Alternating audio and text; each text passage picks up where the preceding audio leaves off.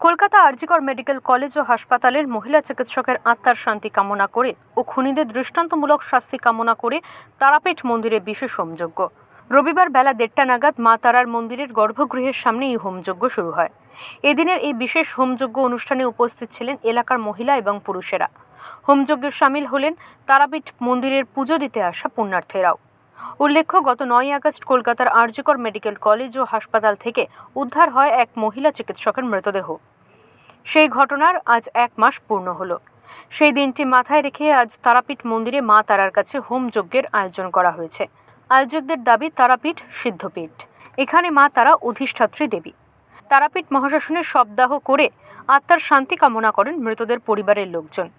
আমরা বিশ্বাস করি মা তারার শরণাপন্ন হলে আত্মার শান্তি মেলে।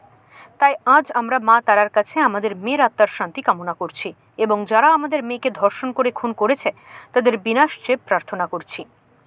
আজকে গত 9 আগস্ট আরজিকরের ঘটনা, সেই আমাদের অভয়া বোনকে যেভাবে নির্মমভাবে মেরে দেওয়া হলো, 1 মাস পেরিয়ে গেল, আজ 30 দিন পুরো হলো, তারপরেও এখনও বিচার কিন্তু অধরা হয়ে আছে। মায়ের কাছে আজকে যজ্ঞ করেছি, এইখানে মা তারার কাছে সবাই নিজের মনস্কামনা নিয়ে আসে। আজকে আমরাও সেই মনস্কামনা নিয়ে এসেছি, মা সেই বোনের আত্মাকে শান্তি দিক। আর যারা এই দোষী আছে, যারা তাকে এইভাবে হত্যা করেছে, তার সঙ্গে যারা যুক্ত আছে, তারা যেন শাস্তি পাক।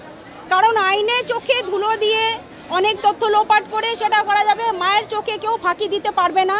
মা জানেন যে কে দোষী আছে, মা যেন তাদেরকে ধ্বংস করুক, শেষ করুক এই অসুরদেরকে, সেটা মায়ের কাছে।